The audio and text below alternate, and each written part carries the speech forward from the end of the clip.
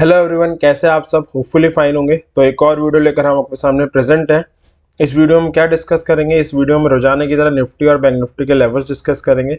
हम ये डिस्कस करेंगे कि कल जो हमारा नया ट्रेडिंग वीक स्टार्ट हो रहा है उसमें अगर हमें निफ्टी और बैंक निफ्टी में प्रॉफिटेबल ट्रेडिंग करनी हो तो कैसे करें, क्या लेवल्स रहेंगे, कहाँ पर हमें कौन सी ट्रेड प्रेफर करनी चाहिए, ये सारी चीज़ें हम इस वीडियो में डिटेल और सिंप्लीफाइड वे में डिस्कस करने वाले हैं। तो आइए इस वीडियो को स्टार्ट करते हैं और एंड तक रुक कर ये समझने का ट्राई करते हैं कि हम कैसे कल निफ्टी और बैंक निफ्टी को ट्रेड कर सकते हैं। साथ में हम एक और चीज़ सीखेंगे, वो क्या, हम बेसिकली एक प्रीव्यू देखेंगे या रिव्यू करेंगे कि फ्राइडे को जो हमने लेवल्स दिए थे उसमें कहाँ कहाँ एंट्री बनी, कहाँ कहाँ पे हमें एंटर करना चाहिए था एंड क्या उसका रिजल्ट होता। तो ये सारी चीज़ें हम इस वीडियो में डिटेल में डिस्कस करेंगे। तो आइए इस वीडियो को स्टार्ट करते हैं।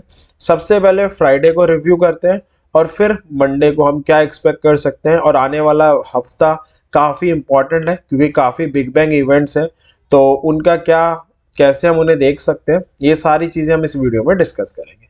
तो सबसे पहले स्टार्ट करते हैं निफ्टी बैंक के चार्ट से। ये निफ्टी बैंक का चार्ट है।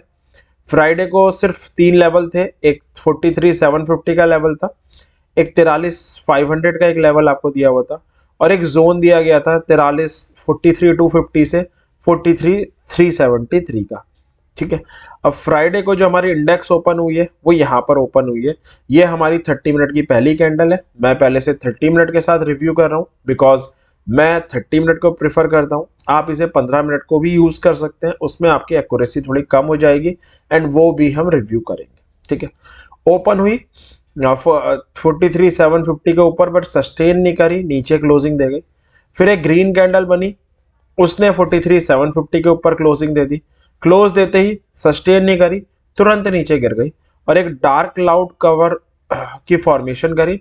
डार्क क्लाउड कवर एक कैंडलस्टिक पैटर्न होता है जो इंडिकेट करता है कि बियर कमबैक कर चुका है। साथ में इस डार्क क्लाउड कवर के साथ ज्यादा कन्विक्शन क्यों थी? क्योंकि इसने 43,750 के सपोर्ट को ब्रेक कर दिया था। हम शॉर्ट कर सकते थे। 43,500 हमारा टारगेट होता जो डे में हमारा अचीव हो गया था। उसके बाद सपोर्ट पे बैंक निफ्टी ने एक बार बाउंस बैक करने का इस कैंडल में ट्राई किया है बट 13 ईएमए को क्योंकि उसने यहाँ पे ब्रेक कर दिया था तो अब वो उसका रेजिस्टेंस बन जाना चाहिए था। तो बैंक निफ्टी अगर कुछ बाउंस बैक भी कर रही थी वो 13 ईएमए से फिजल आउट हो जा रहा था। ठीक है।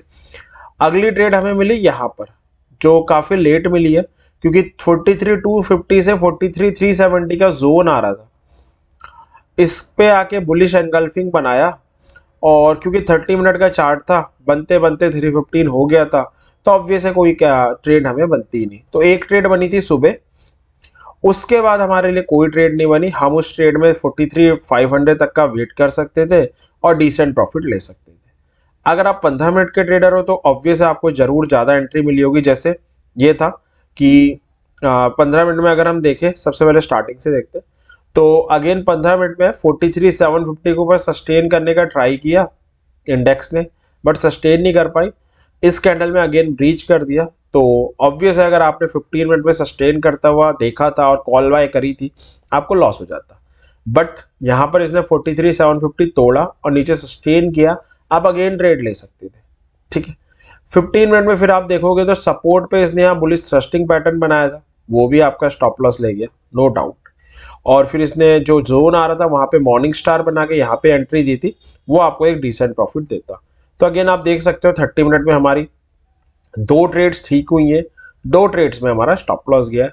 अगेन 15 मिनट के साथ कम कन्विक्शन होती है तो हमारे सही होने के चांसेस थोड़े से कम हो जाते हैं, जैसा कि मैं बाकी अपनी क्लासेस में कहती हूँ। अब आते हैं 30 मिनट के सॉरी निफ्टी के चार्ट में। निफ्टी में कहाँ का जनरेट हुई? तो निफ्टी के लेवल्स थे, आप लास्ट वीडियो से क्रॉस चेक कर सकते हैं। 18,600 था, 18,500 से 561 का जोन था और अगर 18,400 का लेवल था।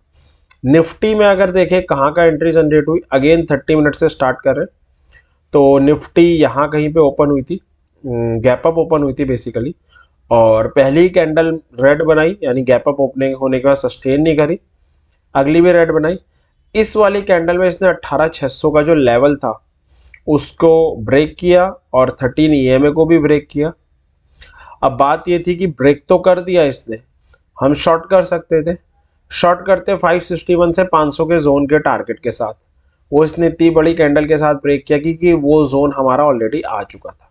ठीक है, अब उस जोन में इसने एक हैमर या बुलिश हरामी आप कह सकते हो बनाने का ट्राई किया, मॉर्निंग स्टार भी कह सकते हो बनाने का ट्राई किया, और ये इंडिकेट किया कि बुल कमबैक कर चुका है।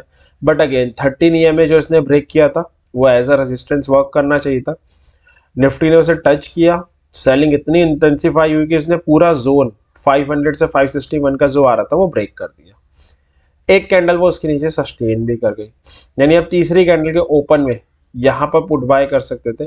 टारगेट 18,400 होता, टारगेट से 10 पॉइंट पहले ही इस शेयर ने हैमर बनाया, सॉरी निफ्टी ने हैमर बनाया, तो ऑब्वियस आप अपना प्रॉफिट बुक कर लेते। ये देखते कि ये देख कर कि जस्ट सपोर्ट के ऊपर हैमर बन गया, प्रॉफिट बुक करके कॉल बाय कर सकते थे। टारगेट 500 से 561 का जोन होता, स्पेसिफिकली 13 EMA बीच में था, तो वो होता, वो हमारा सक्सेसफुली अचीव हो गया था।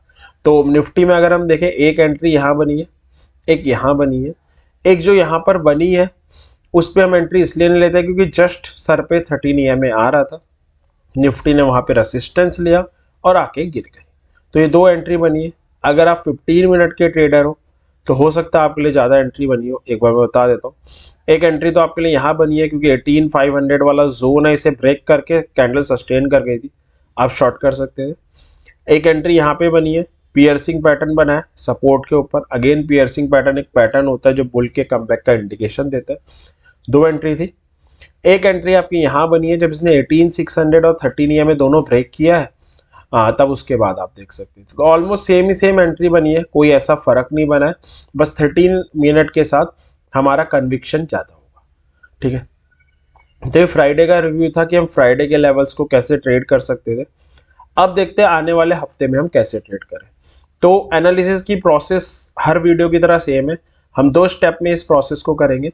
सबसे पहले स्टेप में हम ग्लोबल मार्केट के मूड को या सेंटीमेंट को मेजर करने का ट्राई करेंगे, क्योंकि जो ग्लोबल मार्केट का मूड है या सेंटीमेंट है वो कहीं ना कहीं हमें एक ओपनिंग प्राइस की हमारे इंडेक्सेस कहाँ ओपन होगी, gap up, gap down, flat, ये डिसाइड करने में हेल्प करता है। बट ऑब्वियस है हम सिर्फ ओपन होने के बाद बंद नहीं हो जाते, हम 3:30 बजे तक खुले रहते हैं।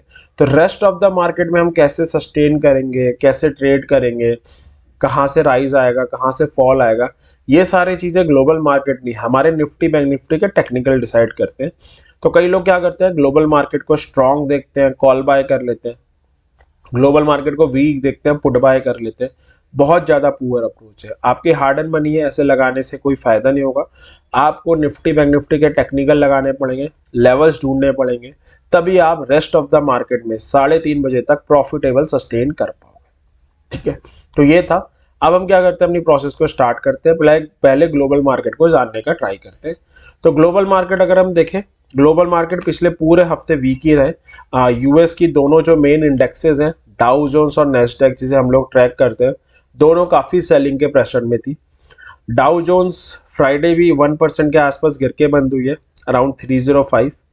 नेस्डैक हल्की सी गिर के बंद हुई है, हल्की नहीं, ये भी अच्छी खासी गिरी हुई है, 0.70% गिरी है, 78 पॉइंट। बस ओनली सिल्वर रहेंगे इसमें ये है कि नेस्डैक ने अपना जो 11,000 का सपोर्ट था उसे स्टिल मेंटेन करा हुआ है। तो ग्लोबल मार्केट पिछले पूरे हफ्ते प्रेशर में रही, फ्राइडे को भी वो प्रेशर में ही बंद हुई है। प्रेशर क्यों आ रहा है, क्योंकि अगला हफ्ता बड़ा इंपॉर्टेंट है। क्यों इंपॉर्टेंट है, आइए जानते हैं। तो मैंने पहले भी बताया कि अगर आपको ग्लोबली मार्केट के इवेंट्स की जानकारी लेनी हो तो आपको investing.com में जाने की ज़रूरत है, इन्वेस्टिंग इंडिया में बेसिकली। जब आप यहाँ पर जाएंगे तो सबसे ऊपर यहाँ इकोनॉमिक कैलेंडर आ जाता है जो हमें देखना चाहिए। तो हमने लिख दिया इकोनॉमिक कैलेंडर। इसके बाद इकोनॉमिक कैलेंडर में जाके आप अगले हफ्ते क्या क्या हो सकता है उनको देखने की ज़रूरत है। तो डेट सेलेक्ट कर लेते हैं, हमारा अगले एक्सपायरी तक देख लेते हैं कि हम क्या क्या हो सकता है। तो हमारी एक्सपायरी आई नो कि वी ऑल नोज की 15 दिसंबर की है और कल से हमारा स्टार्ट हो रहा है वीक। तो 12 से 15 दिसंबर तक को चेक कर लेते हैं। अप्लाई किया, अगर पहले भी वीडियोस में बता चुका हूँ कि हमारे लिए वो इम्पॉर्टेंट इवेंट होते हैं जो यूएस से रिलेटेड है, प्लस जिसमें 3 स्टार लगा होता है, क्योंकि जितने स्टार मतलब उतना वॉलेटाइल इवेंट। 3 स्टार मैक्सिमम देता है investing.com जो मैक्सिमम वॉलेटाइल इवेंट्स में लगे होते हैं। तो मंडे को 7 बजे CPI का डाटा आना है, यानी वो बताएगा कि इन्फ्लेशन बढ़ी है या घटी है। जो भी इन्फ्लेशन का डाटा आएगा वो कहीं ना कहीं 14 को यानी वेडनेसडे को जो फेड का इवेंट है, यानी जो फेड की कमेंट्री आएगी, फेड का डिसीजन आएगा, उसको डायरेक्शन देने में बड़ा हेल्प करेगा। तो ये एक बड़ा वॉच आउट इवेंट है जिसको आप देख सकते हो, जिसको देखना चाहिए, देख क्या सकते हो, देखना चाहिए। तो ये मंडे को वॉच आउट लेवल रहेगा, या सॉरी इवेंट रहेगा। और 14 को तो हमारा फिर बिग बैंग इवेंट, फेड की कमेंट्री है, फेड का डिसीजन है, एंड 15 को ऑब्वियस है हमारी वीकली एक्सपायरी है। तो ये सारी चीज़ें हैं जो हमें देखनी चाहिए, क्योंकि ये सारी चीज़ें काफ़ी स्ट्रांगली हमारी आने वाले हफ्तों में मार्केट की डायरेक्शन को इफेक्ट करेंगे। ठीक है, तो सीपीआई का डाटा आना है, फेड की कमेंट्री है, तो हम ग्लोबल मार्केट को थोड़ा वीक भी देख सकते हैं, कॉशियस भी लग रहा है हमें पिछले हफ्ते से, क्योंकि वो एक ऐसे हफ्ते में एंटर करने जा रहा था जो बड़ा इंपॉर्टेंट है। तो थोड़ी सी वीकनेस हमने विटनेस करी है ग्लोबल मार्केट्स में। अब देखते हैं कि ग्लोबल मार्केट फ्राइडे को प्रेशर में था, लेकिन हमारे निफ्टी के फ्यूचर जो एक्सिस निफ्टी के नाम से सिंगापुर स्टॉक एक्सचेंज में ट्रेड होते हैं वो कहाँ पर थे, तो हम अराउंड 18,500 बंद हुए हैं फ्राइडे को। हमारे फ्यूचर्स जो है फ्लैट काइंड ऑफ ही थे, 117 पॉइंट नेगेटिव दिखा रहा है, तो हम कह सकते हैं फ्लैट काइंड ऑफ बंद हुए। तो हम ये कह सकते हैं ग्लोबल मार्केट थोड़े प्रेशर में है, क्योंकि अगला हफ्ता काफ़ी इंपॉर्टेंट है। हम भी फ्लैट काइंड ऑफ पे ही बंद हुए। अब देखते हैं कि हमने फ्राइडे को किया क्या। फ्राइडे को काफ़ी टाइम के बाद हमने सेलिंग विटनेस करी। निफ्टी अराउंड 0.5% के पास गिर गया, 18,500 के लेवल के जस्ट नीचे बंद होके गई है, तो बड़ा क्रूशियल लेवल था। उसके हल्का सा 3 पॉइंट नीचे बंद हुई है, जो थोड़ी सी कंसर्न की बात है। अब कल जब मंडे मार्केट ओपन रहे होगा तो एक ही वॉच आउट सिंग होगी, क्या 18,500 के ऊपर खुल के सस्टेन करती है? करती है, इट्स अ गुड थिंग। नहीं करती है तो it's a bad thing for us. Bank Nifty again एक आउट परफॉर्मेंस दिखाई है, 36 पॉइंट पॉजिटिव बंद हुई है, 43,500 के ऊपर अपनी वीकली क्लोजिंग देके गई है। तो निफ्टी में क्यों प्रेशर आया? निफ्टी आईटी के कारण बहुत हैवी सेलिंग थी। एचसीएल 7% गिरा हुआ था, उसकी कुछ कमेंट्री आई थी जो वीक थी। तो निफ्टी ने एक सेल आउट विटनेस किया फ्राइडे को, सिर्फ आईटी सेक्टर्स के जो हैवी वेट है उसमें सेलिंग के कारण। बैंक निफ्टी हमेशा की तरह, सॉरी हाल फिलहाल के टाइम की तरह आउट परफॉर्म कर रही थी। अब देखते हैं कि हमें मंडे को ट्रेड करना हो तो निफ्टी बैंक निफ्टी के क्या लेवल्स रहेंगे। तो निफ्टी का जो सपोर्ट आ रहा है वो 18,400 पे आ रहा है, 18,250 पे आ रहा है, और 17,931 से 18,000 का जोन आ रहा है। रेसिस्टेंस आ रहा है 18,750 पे, 18,900 पे और 19,000 पे। क्रूशियल जोन है 18,500 से 542 का। तो इस जोन के हल्का सा नीचे क्लोज देके गई है, दैट्स वाई मैंने इसे क्रूशियल जोन में डाल दिया है, क्योंकि मंडे या अगला हफ्ता हम यही देखेंगे क्या इसके ऊपर खुल के सस्टेन करती है कि नहीं। ये हमारे लिए इंपॉर्टेंट होगा। अब ऑप्शन में दो टाइप के लोग होते हैं, एक ऑप्शन सेलर, एक ऑप्शन बायर। दोनों के प्रोस्पेक्टिव से देखने का ट्राई करते हैं। अगला हफ्ता काफ़ी बिग बैंग हफ्ता है, काफ़ी इंपॉर्टेंट इवेंट्स हैं, तो सेलर्स को थोड़ा सा कॉशियसली ट्रेड करना चाहिए। इसलिए 19,000 के ऊपर वाली कॉल सेल कर सकते हैं, 18,000 के नीचे वाली पुट सेल कर सकते हैं। अभी के हिसाब से ये सेफेस्ट स्ट्राइक लग रही है जिनमें हम नेकेड कॉल पुट सेलिंग की पोजीशन बना सकते हैं। आप चाहो तो कोई सेलिंग की स्ट्रेटजी भी बना सकते हो, it's up to you. But जो मेरी रिकमेंडेशन है, ये नेकेड मैंने स्ट्राइक दी है, आप इन दोनों को भी सेल आउट करके शॉर्ट स्ट्रेंगल भी क्रिएट कर सकते हो। ठीक है, अब ऑप्शन बायर के प्रोस्पेक्टिव से देखें तो कॉल बाय हम कब कर सकते हैं? अगर 18,500 से 542 का जो जोन आ रहा है इसके ऊपर ओपन हो, सस्टेन करे। यहाँ पर सस्टेन बहुत इंपॉर्टेंट वर्ड है, क्योंकि लोग क्या करते हैं, रेसिस्टेंस के ऊपर खुलता है कॉल बाय कर लेते हैं, सपोर्ट के नीचे खुलता है पुट बाय कर लेते हैं। It's again a poor approach. Resistance के ऊपर खुला that doesn't mean buy, support के नीचे खुला डेट डजंट मीन सेल। हमें सस्टेन करने का वेट करना है। सस्टेन मतलब एक 30 मिनट की कैंडल ऊपर क्लोजिंग दे दे और सस्टेन करे, या एक 15 मिनट की कैंडल ऊपर क्लोजिंग दे दे और सस्टेन करे। 30 मिनट के साथ ज़्यादा भरोसा है, तो हम बाय करेंगे। टारगेट होगा 18,600 से 18,750 दूसरा। 18,600 के ऊपर ओपन हो, सस्टेन करे, again it's a call buy opportunity. 18,700 पहला, 18,750 दूसरा टारगेट होगा। 18,750 के ऊपर ओपन हो, सस्टेन करे, again it's a call buy opportunity. 18,850 और 18,900 हमारे टारगेट्स होंगे। ऑब्वियस है 18,750 के ऊपर खुलने के chances are very minimum, but मैं हर सिनेरियो कवर करके चल रहा हूँ कि अगर कोई न्यूज़ आ जाती है मंडे को, मार्केट आपको कोई भी लेवल दिखाता है तो आप उसको डील कर सको। या कॉल कब बाय कर सकते हैं, अगर निफ्टी गिर के आए और कोई बुलिश सिग्नल बनाए। अगेन लोग क्या करते हैं, सपोर्ट पे आ गया कॉल बाय कर ली, रेसिस्टेंस पे आ गया पुट बाय कर ली। Again it's a poor approach. हमें क्या करना है, कंफर्मेशन का वेट करना है। तो अगर निफ्टी गिर के आती है 18400 पे, कोई बाय का सिग्नल देती है, वो सिग्नल कोई इंडिकेटर हो सकता है, कोई कैंडलस्टिक पैटर्न हो सकता है जो बुल के कमबैक का इंडिकेशन दे, तो हम कॉल बाय करेंगे। 18500 से 542 पहला और 18600 दूसरा टारगेट होगा। 18250 आए, कोई बाइंग सिग्नल दे, again it's a call buy opportunity. 18400 पहला, 18500 से 552 दूसरा टारगेट होगा।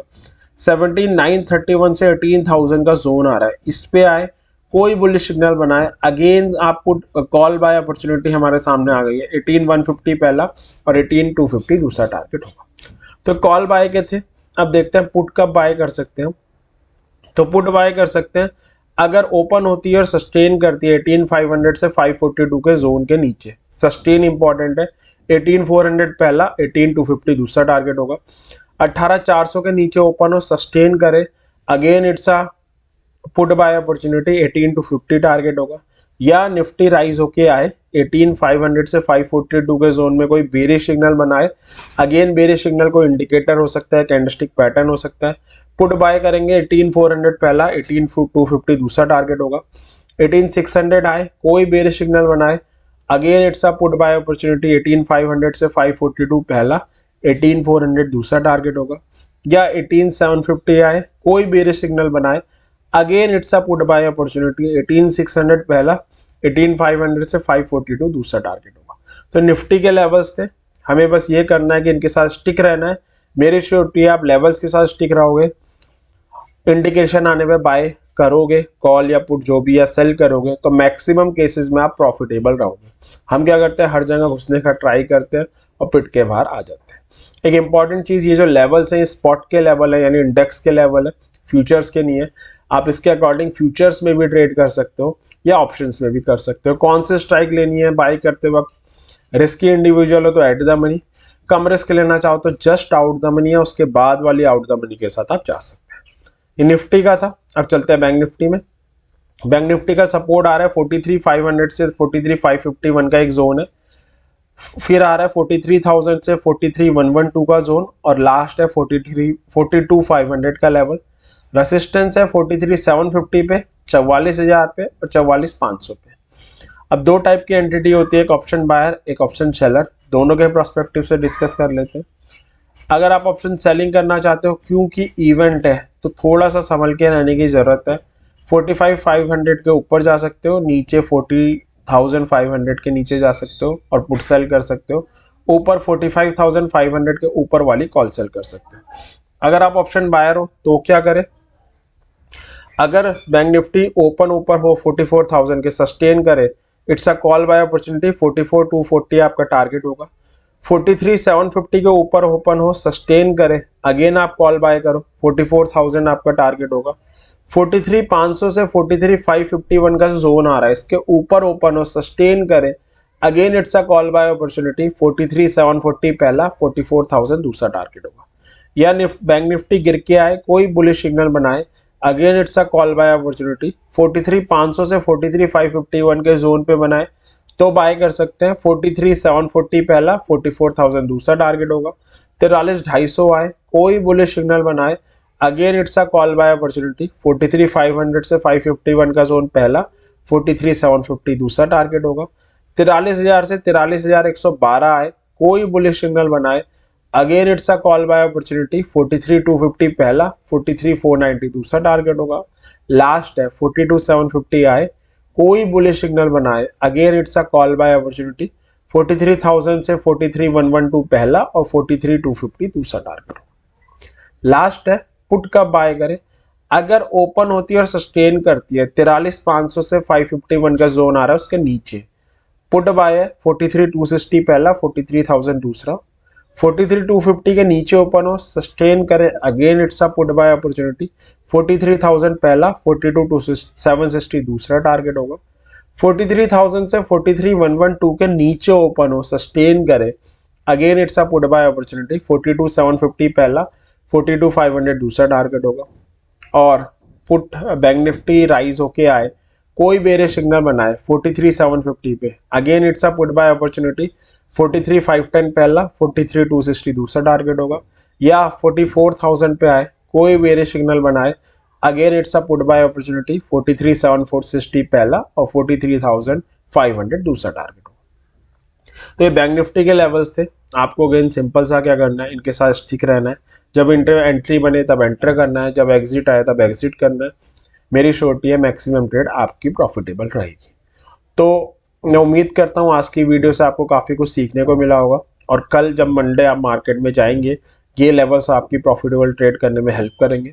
इसी विश के साथ इस वीडियो को एंड करेंगे। वीडियो पसंद आई हो लाइक करें, कमेंट सेक्शन में अगर कोई सजेशन देना चाहे वो भी वेलकम है, वो दे सकते हैं आप।